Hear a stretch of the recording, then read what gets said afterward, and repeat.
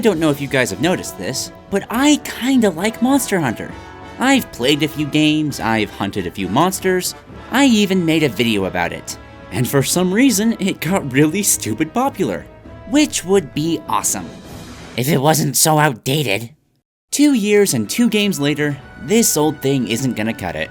So let's revisit the topic, and give it the justice it deserves. But first, some criteria. As I'm sure most of you noticed, this is a favorites list, not a best list. The Rathalos may be the king of all monsters, but I'm sick of fighting him, so you won't see his plateless tail here. Second, I am only talking about individual monsters. No subspecies or deviants or whatever the furious regime is supposed to be. And lastly, I am sure there are many people in this world that care oh so much about how you pronounce monster names. I am not one of them. Please go away. With all that settled, let's begin the hunt.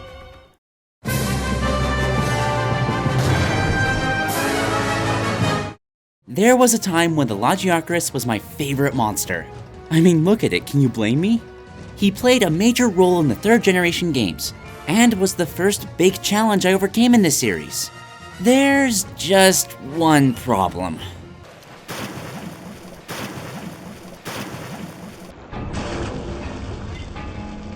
What is it with water in video games? It's possible to make good underwater levels, I've seen them before. But this is not how you do it. You get small bursts of fun between whiffed attacks, impaired movement, and please God, Could we please just get the Lagiacrus in a game where you can't swim? Oh, well, I didn't think that would work. Thank you.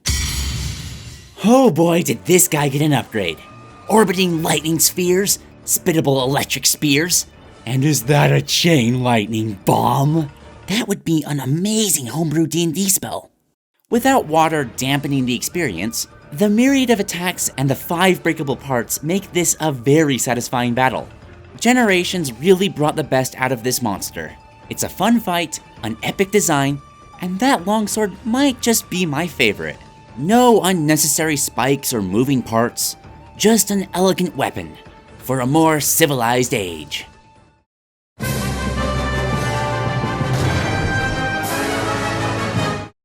When I set about to remake this list, I wanted to make sure that I had multiple, well-thought-out reasons for why I like these monsters. And then I have the Nibbles Narf. Now, to be fair, there are some good things about this monster. It's got a neat design, I love fishing it out of the sand, and you can't go wrong with bomb bait. Imagine if King Dodongo and Dirge had a baby. That's the Nibbles Narf. But once you start fighting it, you'll realize that this thing burrows and charges way too often, which causes battles to drag on and on and on and on. Normally, I wouldn't let it near my list, if it weren't for the name. Nibble Snarf. Nibble Snarf. I thought Gobble was cheesy, but Nibble Snarf? With a name like that, how can I not love this monster? It's adorable.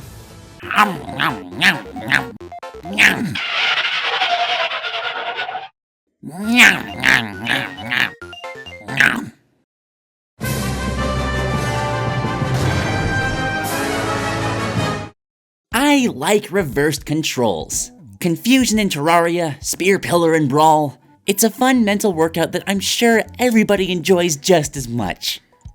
Oh. You know what? I don't care if I'm alone in this. I love the Malfestio. Look at this owl. This is hands down one of the best monster designs in the entire franchise. The blue and gold feathers, the way they poof out when it's angry, the hypnotic wing patterns. Every sound and movement this owl makes is perfect. And as you've probably guessed, that yellow pollen? Dust? Spores? You know, I don't really know. But one touch and my controls are backwards, which I love. I'll get hit by this on purpose if I can. It turns my hunt into a giant puzzle, inputting the opposite controls to do what I want to do. Instead of walking left, walk right. Attack in the opposite direction. Instead of saving my videos... Oh no.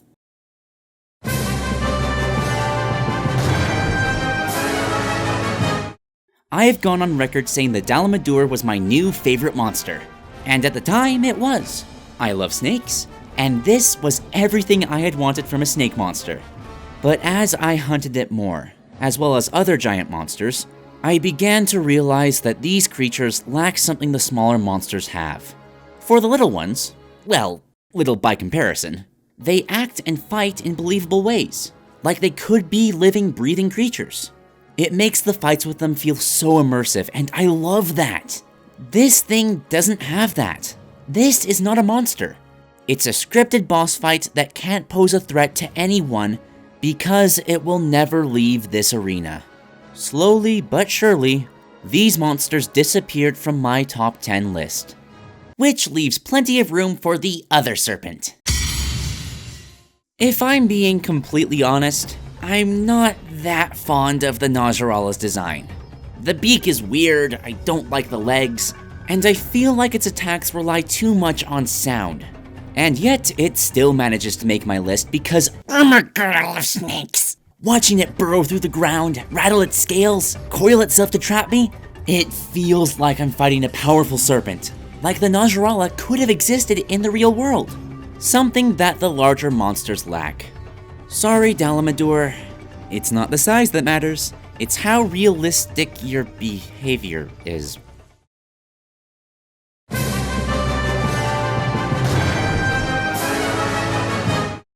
Ladies and gentlemen, welcome to the World Circuit Championship.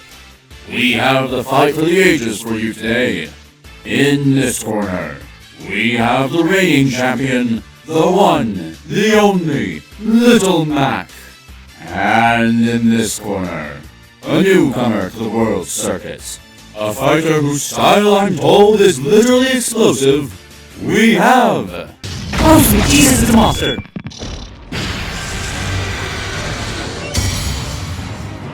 Veprteos is the culmination of two brilliant designs. Slime that explodes over time, and a T-Rex that punches things. Two concepts that could have easily been made into separate monsters, but they didn't. They combined the two, and the results are sublime. Everything about the Veprteos explodes. Its head explodes, its fist explodes, the ground explodes, even the explosions explode. That would be more than enough to make my list. But as an added bonus, you can use this monster's materials to craft weapons that explode other monsters. And that's just fun.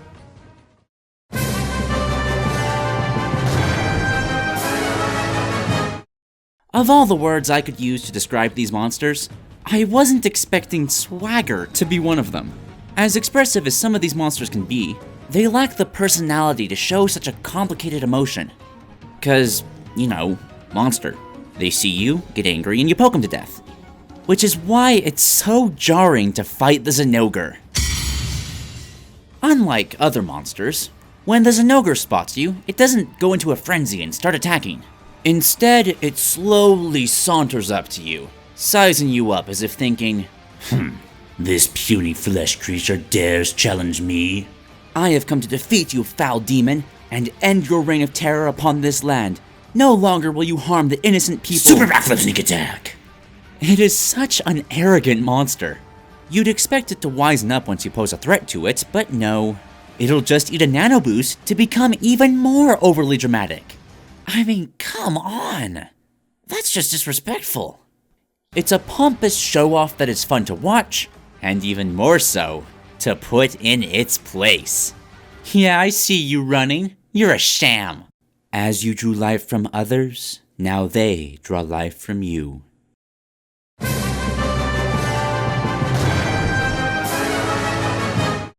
As you progress through Monster Hunter 4, you'll come across monsters infected with a terrible disease, the Frenzy Virus. You eventually run into the Gore Magala, the carrier of said disease.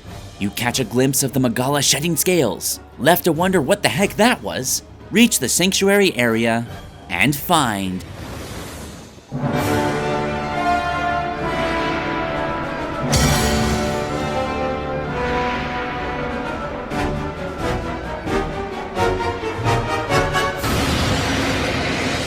know how I love a good build-up.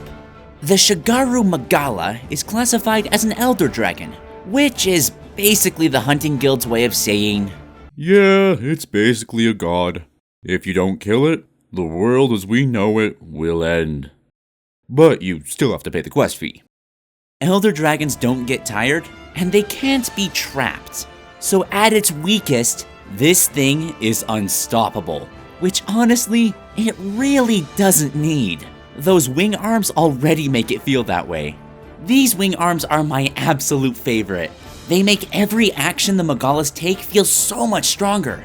This is my favorite single area monster. There's nowhere to run, nowhere to hide, no ballistas or obstacles, just an uphill battle versus an angel of death to stop a terrible plague, which you cure by stabbing things. Huh. Oh, doctor, you gotta help me. I feel so sick. Oh no! I got it!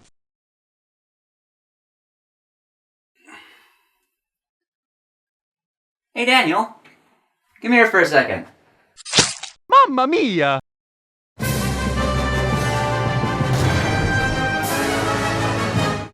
With some of these monsters, you can take one look at what they do and know that, yeah, that is a cool monster. The Veprteos is one of them. The Nogrrrrrr is one of them. The Mizutsune is not. Bubbles. Not even explosive bubbles or poisonous bubbles. Just slippery, soapy bubble bath bubbles. Oh, the horror. What are they gonna do? Make me trip and fall? Oh, that's exactly what they do. And it works. The Mizutsune may not be as large or powerful as other monsters, but it doesn't have to be. This creature can calmly run circles around its target, all the while creating an environment where it moves faster and its opponents can't fight back. It is such a clever gimmick. I really admire whoever came up with it. You know what else I admire about the Mizutsune? Everything. This is my favorite monster design. The fox-fish dragon combo creates an incredibly graceful, beautiful creature. The color-changing fins make the fight feel so dynamic, and every movement gives the impression that the Mizutsune is dancing around you. I can't blame it. With a theme like this, I'd be dancing too.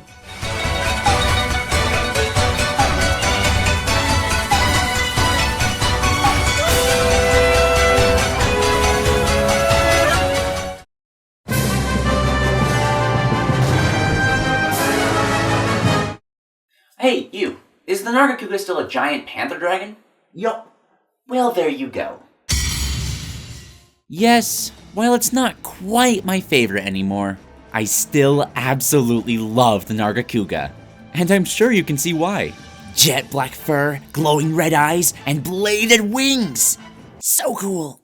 But it's so much more than that. Remember how I was talking about monsters feeling immersive a few entries back? I don't think any monster does that better than the Narga. This thing doesn't just look like a panther dragon, it acts and sounds like one too. There are so many little things about the Nargacuga's behavior, like how it pauses before it pounces, that show just how well this monster is designed. It really is just an overgrown cat with wings and tail spikes. One that's hunting you just as much as you are hunting it. So if I like this monster so much, why isn't it my favorite anymore? Because of its battle theme.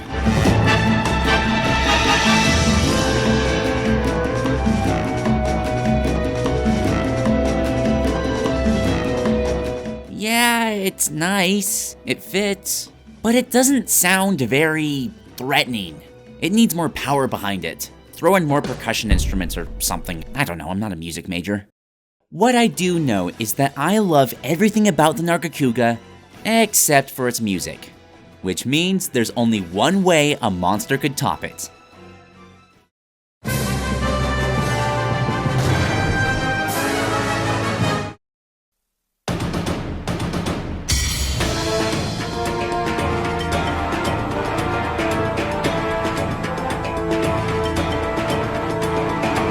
Several monsters in this series have music that really fits the theme of what that monster is.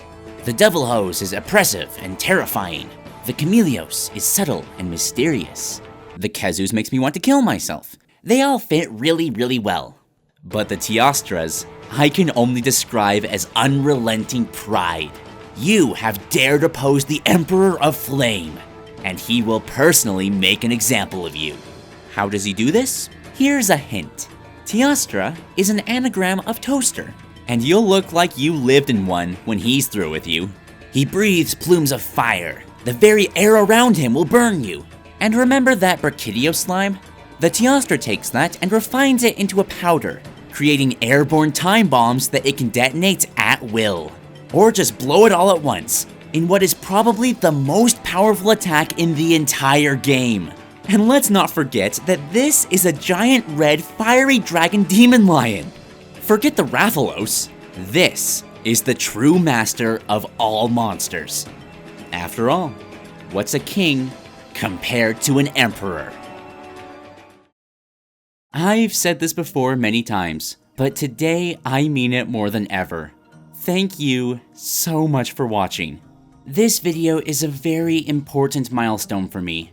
I've spent the last 2 years feeling like I couldn't escape the shadow of my old Monster Hunter video. While it was okay for the skills I had at the time, I've gotten so much better at editing since then.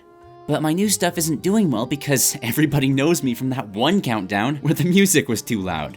But that finally ends today.